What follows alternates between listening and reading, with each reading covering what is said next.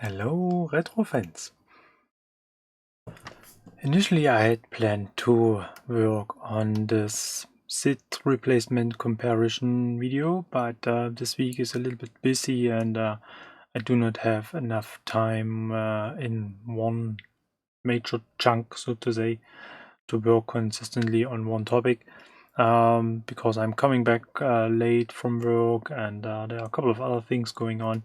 So I decided to work on some easier topics and I still have to do some preparation work for the SID comparison episode anyway, and I'm still not convinced which way I'm going to go because due to those new passion on YouTube to put copyright claims on every video that just makes 3 or 5 notes of music, I'm a bit reluctant to use some, let's say, famous, well-known, whatever music, and I started to work on a own tune, so to say. I'm trying to recreate my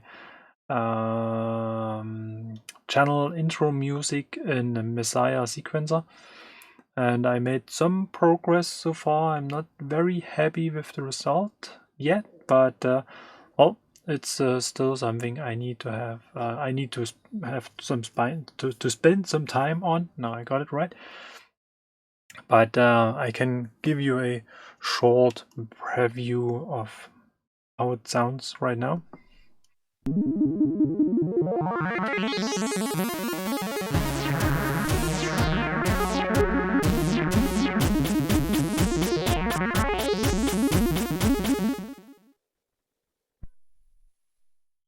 So I'm still trying to get the arpeggiator right, and then I need to do some instrument balancing. Actually, I'm consuming too many voices. My intention is to play this tune on a original SID as well as on a replacement SID side by side, so that we can listen to it and hear whether there are some differences or not. But well, that's something I will do over the next few evenings, perhaps something like this. But beside this, a lot of other things are going on, and one major thing has arrived today, and it's indeed a very huge box. I can't put this on my desk because it's really much bigger than my desk, and it actually is supposed to look like where's my picture button? Strange, it's gone. Well, then let's improvise this a bit.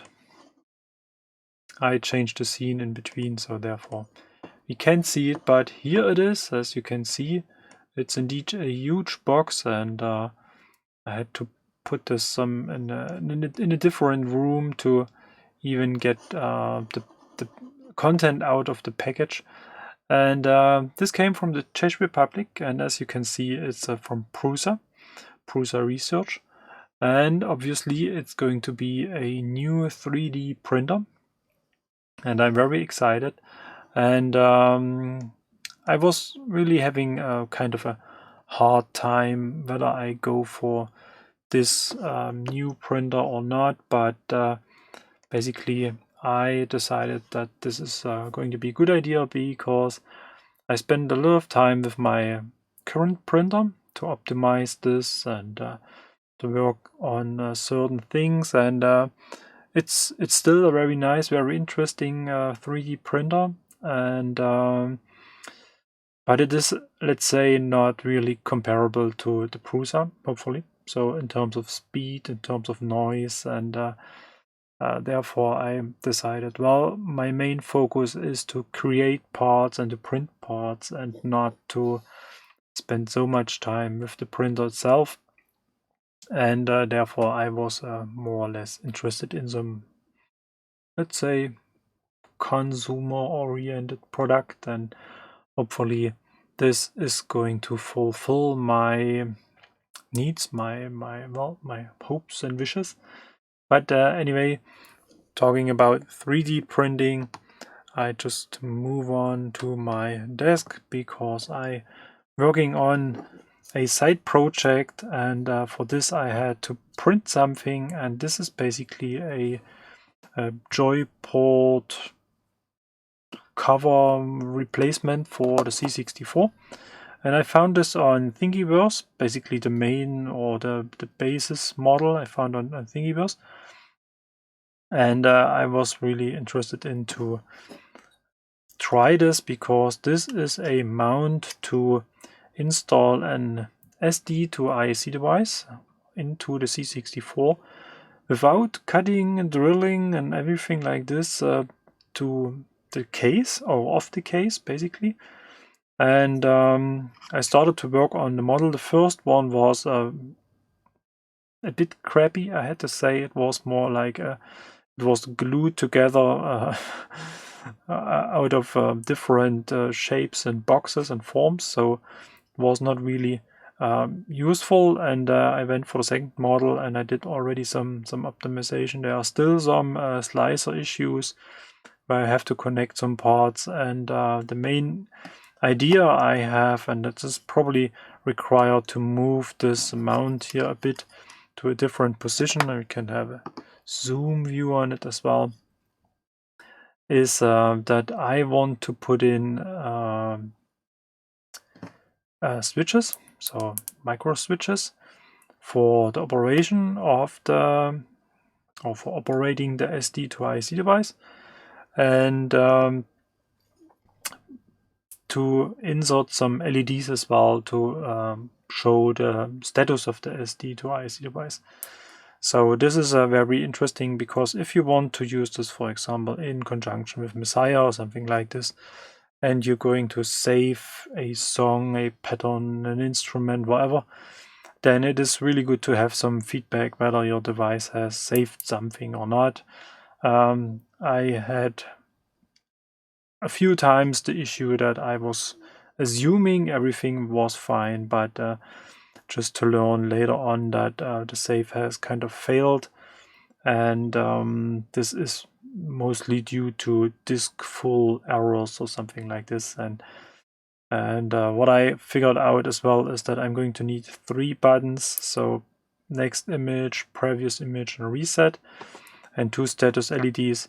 And so I'm probably going to move this a bit, or I placed the buttons here and to here or something like this, and the LEDs maybe in this empty space here. But this is actually looking quite good. So that's basically my first attempt of printing this, and this is in draft mode, and this is PETG, so it is a bit more heat resistant and not as brittle as PLA, or at least as the different types of PLA I have tested so far. And especially if you use this for older C64s, it's going to be quite warm inside an C64, and I don't want that this part gets deformed or something like this. And yeah, that's basically one thing I'm working on in, well, let's say conjunction with 3D printing. But this episode is not going to be about this stuff. This episode is going to be about something else I have received today, and this is what I want to share with you.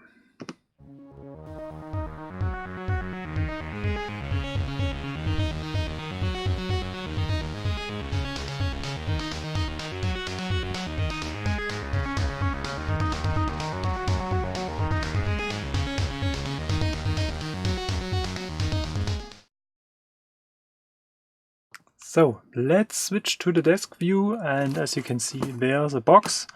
It's not a very huge box, but it's hopefully going to contain something interesting. And let's get started. So, as you can see, it is very well packed. It's a bit noisy, I'm sorry. But I got this from eBay, and that's an interesting function. I haven't recognized this before, but if you watch an article then the seller can contact you directly and make you personal offers or something like this. And so I was able to negotiate a bit, and was able to even reduce the price a bit further. And in addition to this, I was even able to add something to the original offer in terms of an additional product. And it is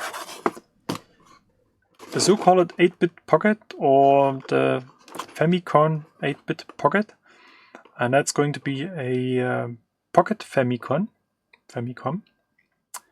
And I'm really interested in to have a look at this, how it is working, how it looks like, and if it is doing what I think it should do. And first we have to do some unboxing. So there's a video cable, unfortunately with just one audio connector, so we have to come up with my adapter. Then there's a box with a screw for whatever we're going to need this screw, you will see. And then there's the device itself. Nothing hidden, something I can't read.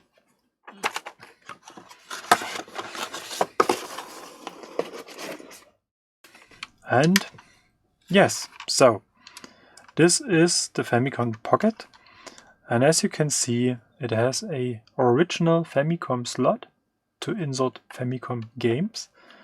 And interestingly, I really want to see how this is going to work. Obviously, it's not going to be a original Famicom, an original Famicom, because they won't be able to squeeze all the original ICs into this format. So it is some kind of emulation or recreation, FPGA based or something like this.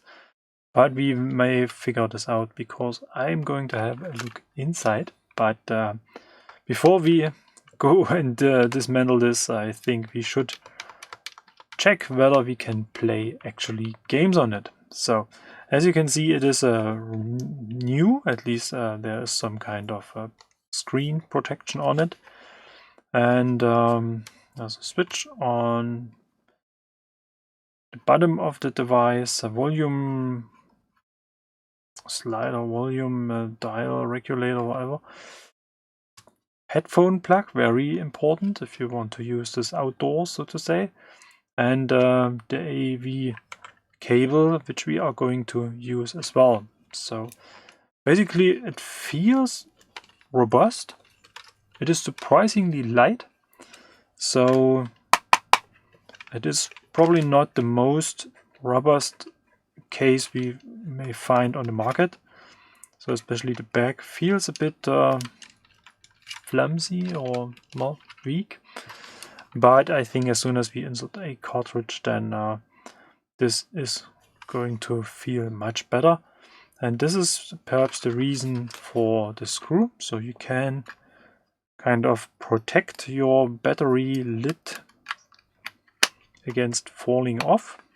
I hope it's not really required, because just imagine you are somewhere in the middle of a road trip and you're running out of juice and you want to replace your batteries and you have no screwdriver and you can't open the lid, then you're really kind of spoiled. But that's actually not going to happen tonight.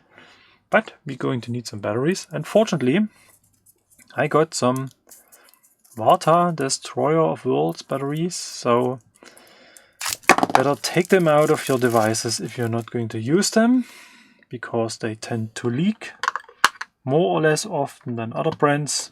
Probably not, but that's just something Jan Beda was or has created during his restoring sessions, because Varta was still is a famous brand for buffer batteries on boards. So therefore, so with the batteries inserted, it feels indeed a bit heavier. And now we have to go for a cartridge. And I got my box of Famicom cartridges, and now let's have a look how these are fitting into this device.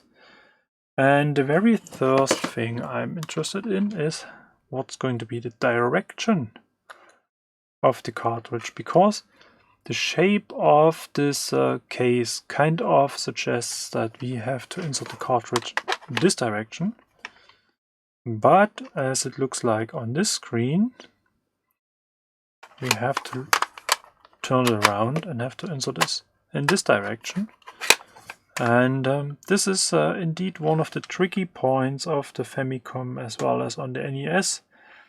This connector is not kind of fail-proof, so there's no poka-yoke inside or something like this. So we just have to assume that this is going to be the right direction.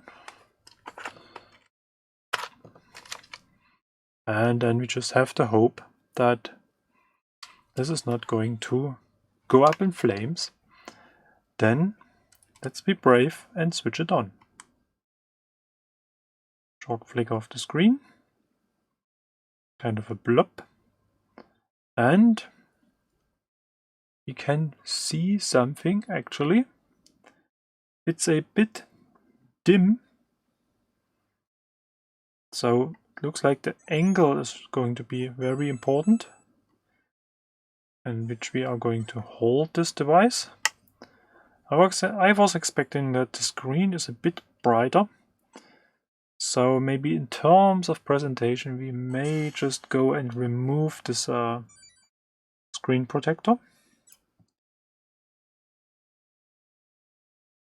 Let's hope that this is going to improve things a bit.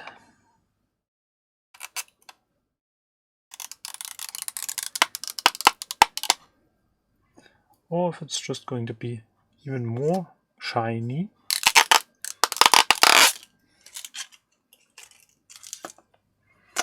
So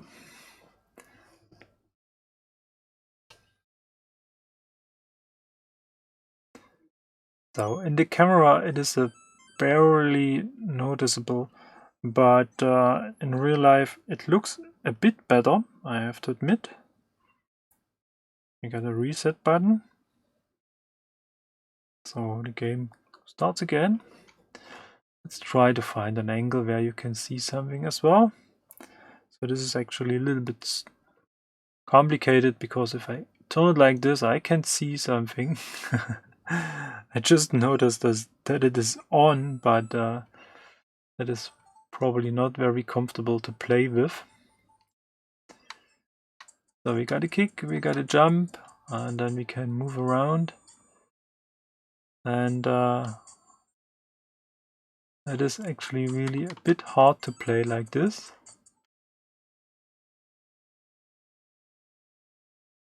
As you may see.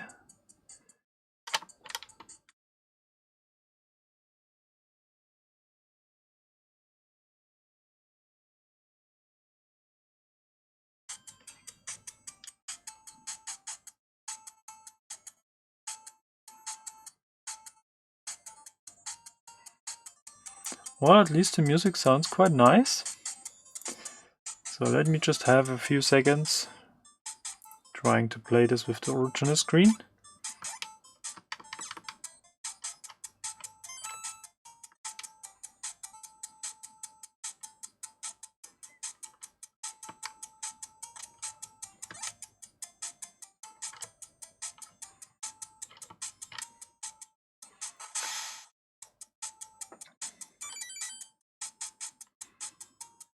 So basically it feels playable, so it's not that I would say, okay, this is probably not going to work at all. If it's going to be a very comfortable experience, that's something I really have to see when I got this for a few moments longer. But the screen brightness and especially the screen angle is not really something I was expecting, so therefore compared to a Game Boy Advanced SP. It's not really the same thing, so that's a whole different story to put it like this.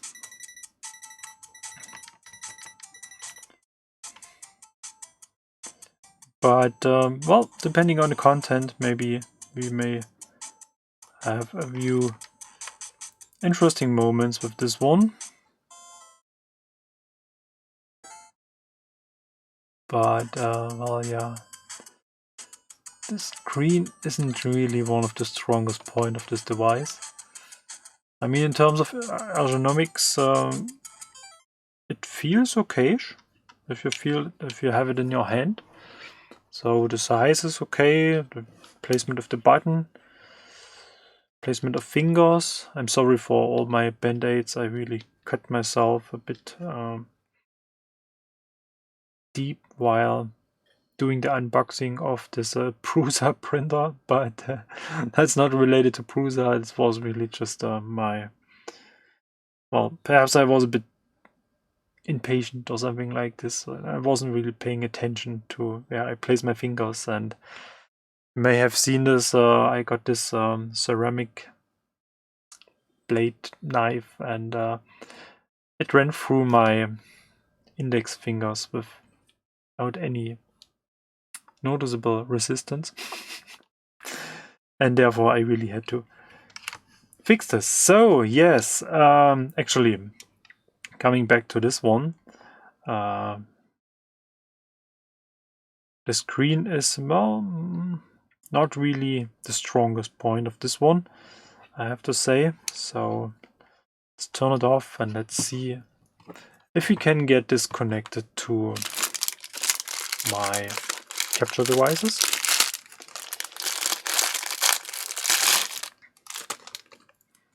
And since this is a it's not an RGB or component output, it's a standard AV port, then we have to use this in conjunction with the RetroTink or the FrameMeister, whatever we want to use, but let's go for the RetroTink. And we need this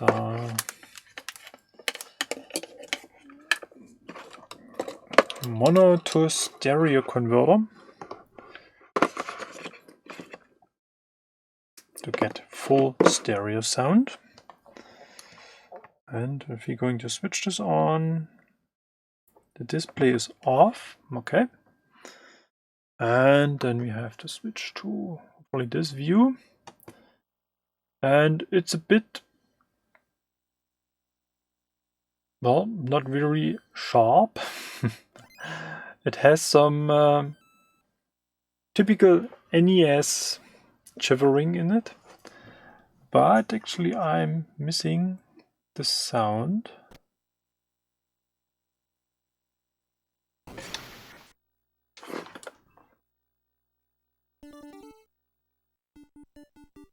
Ah, here it is, okay.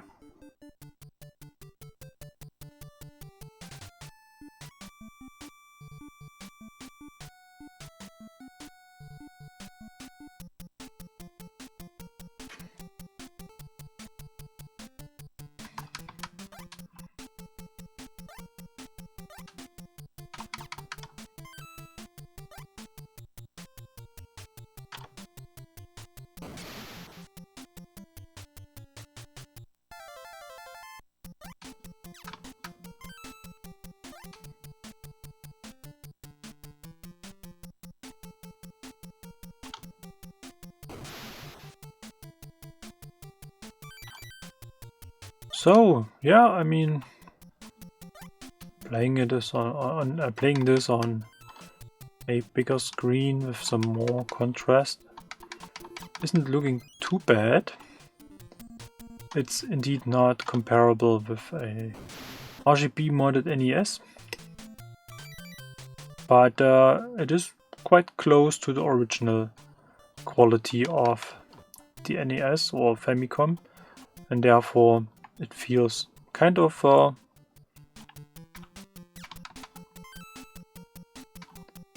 realistical, or whatever we want to call this.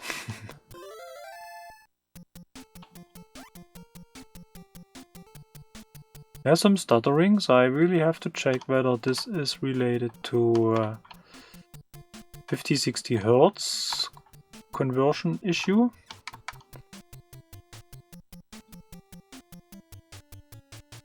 Or if this is really coming from the console itself. I think we missed the key. No, got all of them.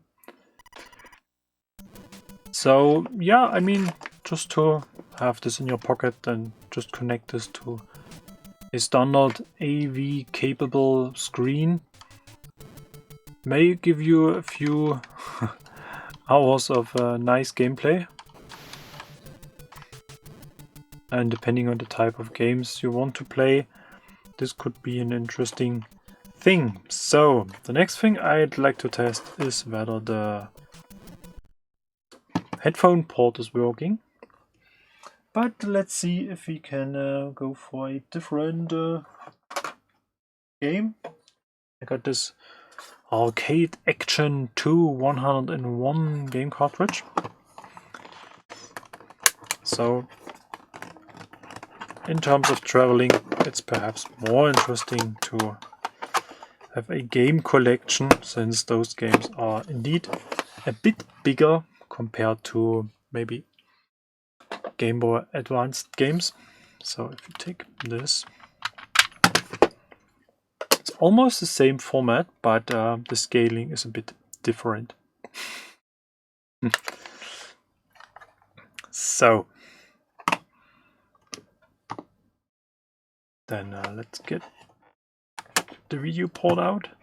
So that's a 2.5, or it's even smaller, 1.8 millimeter stereo jack. So very uncommon. So it's really, I have to keep the cable.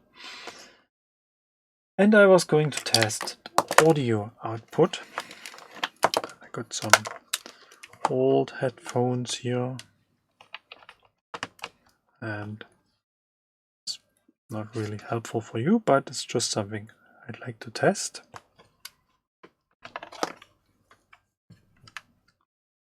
It's a bit noisy.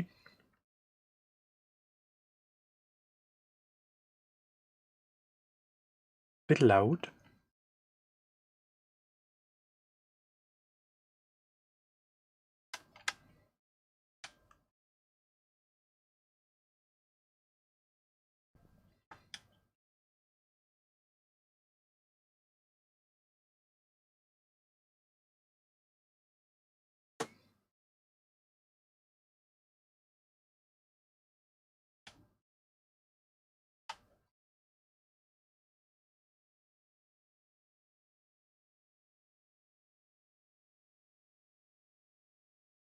Oh.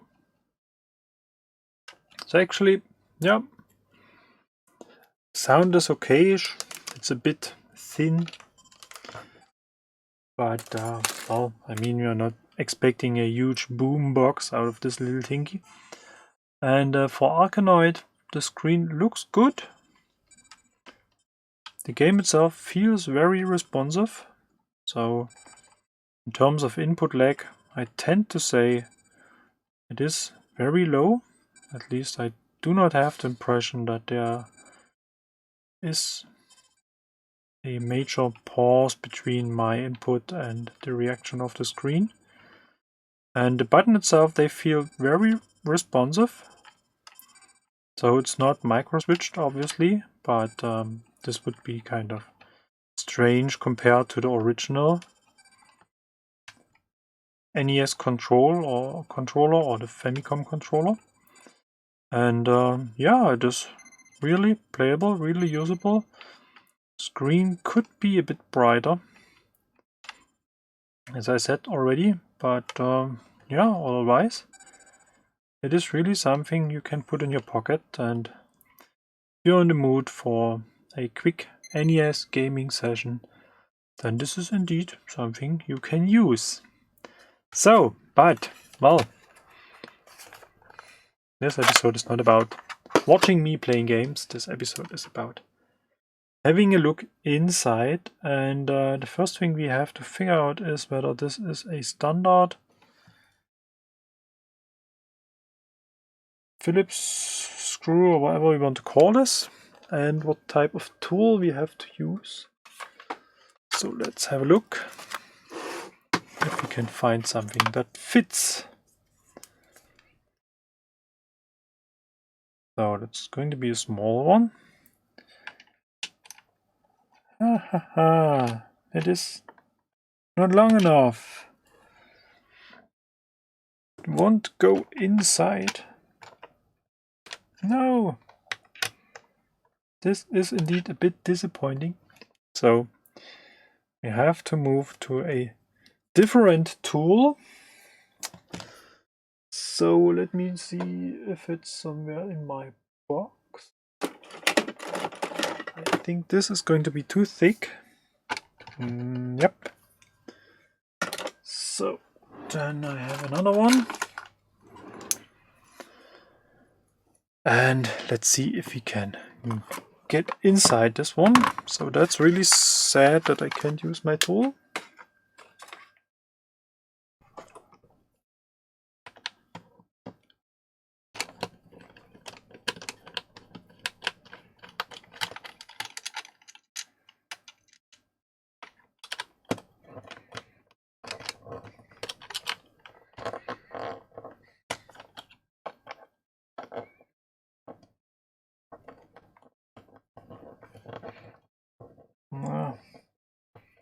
It's a bit tight.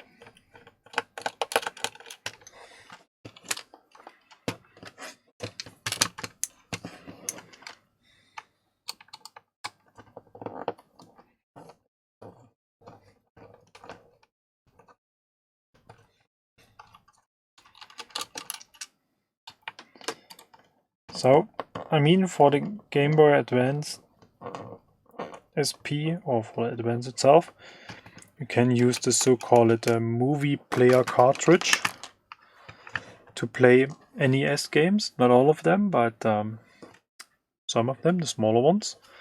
I think up to a cartridge size of 256 kilobyte or something like this. And it is scaled on the screen, and it feels sometimes a bit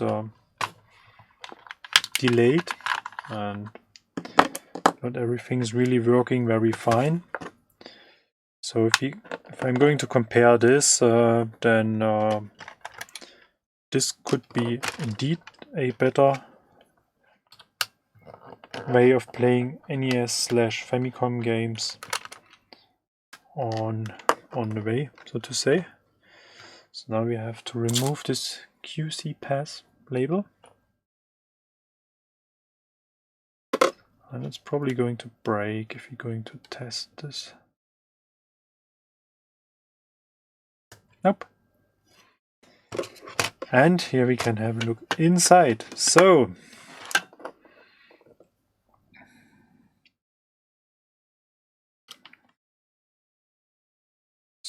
this is actually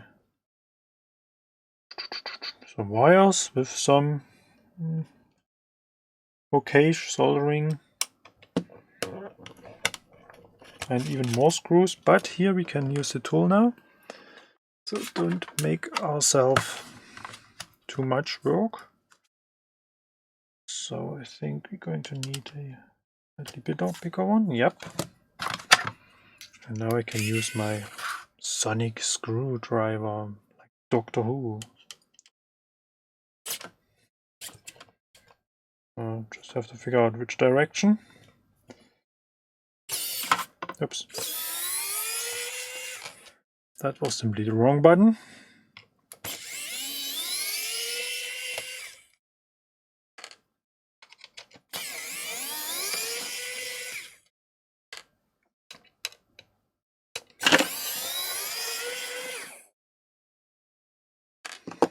And these were all of them. Now we just have to pay attention to keep all those little parts together. Now we can get this out of this box and have a look inside. So this is basically the screen. And you have to pay attention that I'm not going to screw it up. And then we have basically just one major IC and some kind of a connection to the cartridge connector. And this is basically some controller IC, I think. Some sort of amplification for the audio. And that's basically all of it. So this can be more or less placed wherever you want to have it. And then, well, that's all. There's not that much stuff inside, as I have kind of expected. It's not going to be a original shrinked Famicom. It's going to be some kind of well, I assume it's going to be an emulator or something like this. So that's not. It doesn't look like an FPGA to me. May have just to Google it or something like this, what kind of IC this is. But as I said, it feels quite good. I tend to say it feels better than the first release of the C64 Mini. It was more laggish, so to say, and therefore it is kind of usable and, well, not that much inside. So I think what I'm going to do is to check whether there is perhaps some one-to-one replacement for this display. Maybe there is a better display available, even if it's going to consume a few more milliamperes than the current one. And I mean, I really have to check about the battery life anyway, but I would easily swap some game minutes against a brighter display. And what's going to be an interesting project as well is to change this whole thing to some kind of rechargeable battery, maybe with some USB interface or something like this, so that you can charge it with USB-C or something like this. Maybe to even make more use of the room inside. That's probably going to be hard because we got volume and the audio connector on the bottom of this, and then we're kind of running out of space already. But well, yeah, this could be an interesting project. And on the other side, I mean, if we got the electronics already and all the buttons, all that stuff, we're going to need to operate this.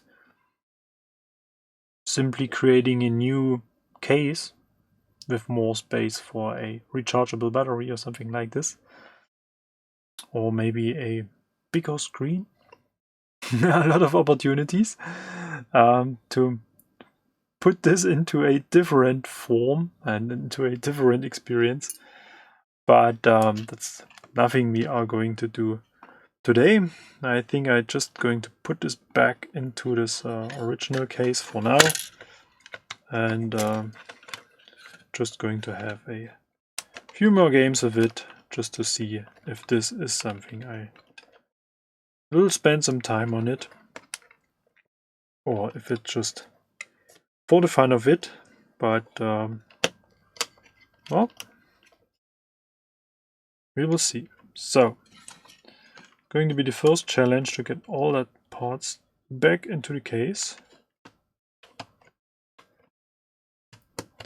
with proper alignment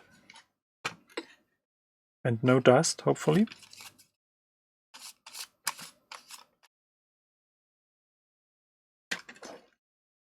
And especially with all those little sliders and additional parts. Was there something else? No, probably not. So,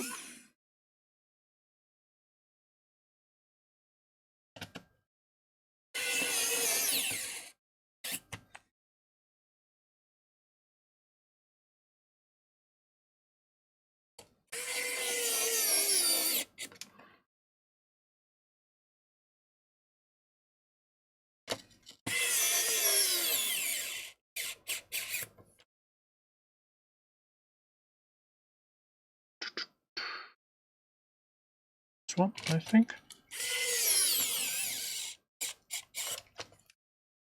And there's supposed to be another one.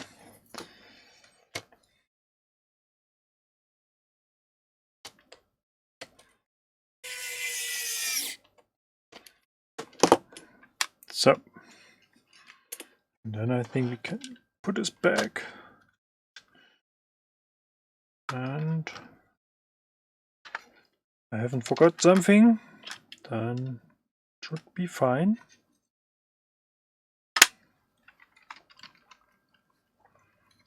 Oh, quality sticker needs to be on top of this so that it looks nice and original and untouched. Not going to stay like this for long. So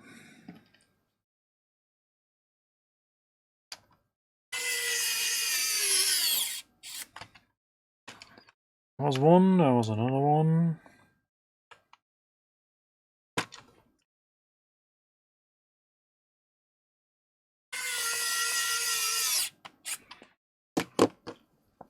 And then we're almost done with it.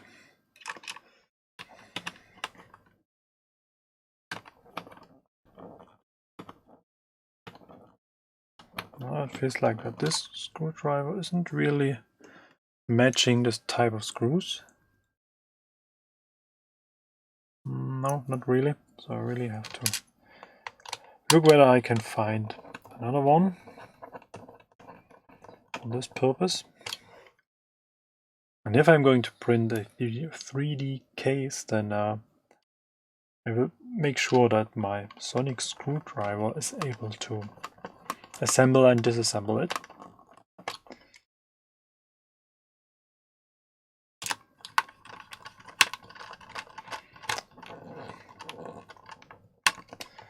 So that's basically about getting it disassembled and putting it back. Let's have a brief check whether it is still working.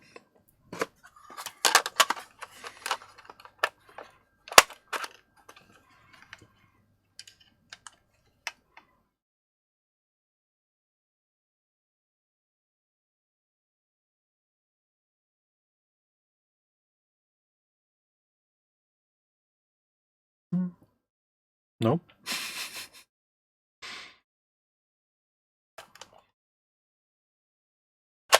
I misplaced the cartridge a bit.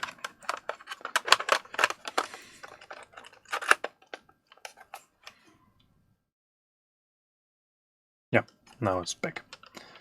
Now it's back in action.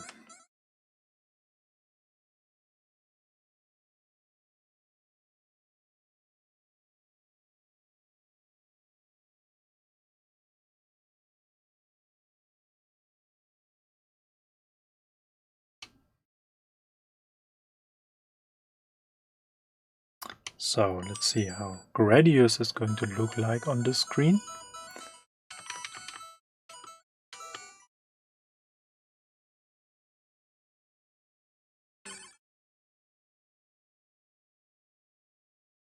Well, it feels very playable, but I still wish for a brighter screen. That's really a small issue of this device.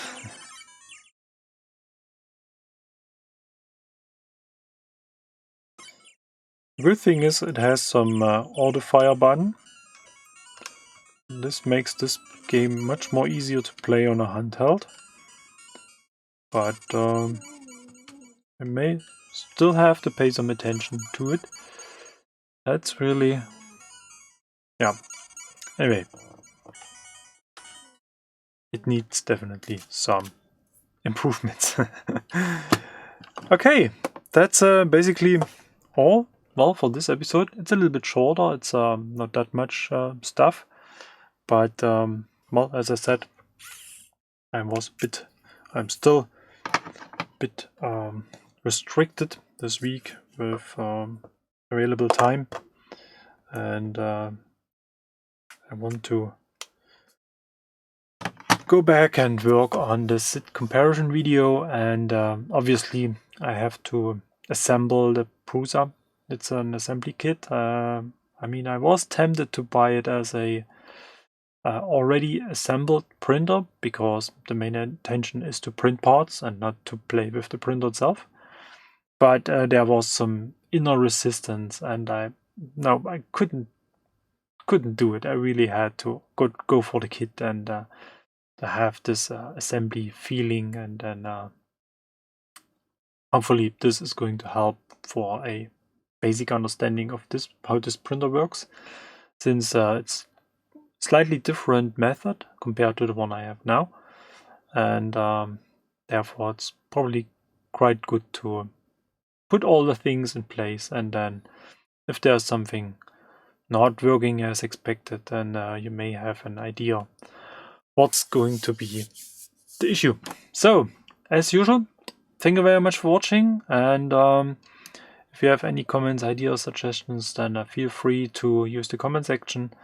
And if you want to support my channel, then feel free to do this by joining the channel membership or going to Patreon, become a Patreon member, or a patron, as they say, or you can simply spend a few bucks, euros, so that I can get a coffee. I'm not drinking coffee, but well, there are other drinks as well on Ko-Fi.